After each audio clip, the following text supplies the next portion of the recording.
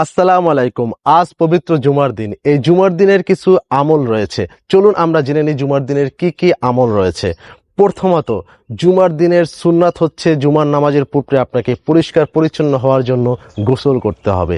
দ্বিতীয়ত, আপনাকে পরিষ্কার পরিচ্ছন্ন হওয়ার পরে পরিচ্ছন্ন পোশাক পরতে হবে এবং সুগন্ধি ব্যবহার করতে হবে, কারণ জুমা হচ্ছে প্রতি সাপ্তাহিক ঈদের মতো।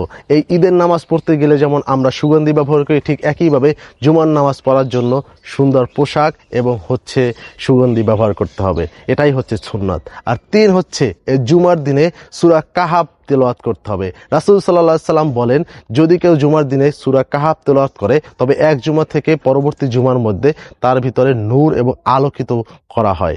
এবং 4 নাম্বার হচ্ছে জুমার দিনে বেশি বেশি দুরূদ শরীফ পাঠ করতে হবে। রাসূল করিম সাল্লাল্লাহু আলাইহি সাল্লাম বলেন, তোমরা জুমার দিনে আমার প্রতি বেশি বেশি দুরূদ পাঠ করো, এতে আল্লাহ এবং আল্লাহর রাসূল দুজনেই খুশি হবেন।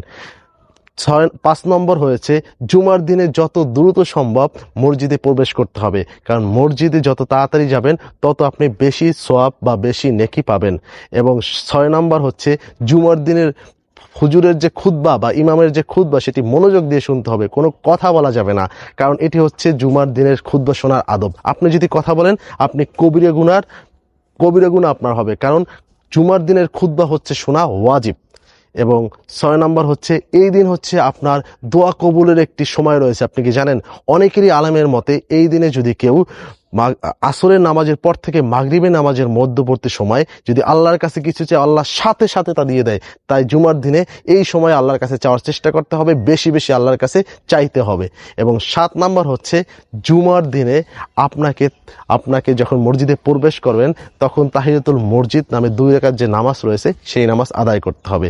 তো আমরা যারা আছি সবাই এই জুমার দিনের এই আমলগুলো করার চেষ্টা করব, এবং অন্যকে আমলগুলো করার জন্য এই ভিডিওটি আপনি শেয়ার করে দিতে পারেন, তাতে আপনি কিন্তু সাদকা জারি হিসেবে সওয়াব পাবেন।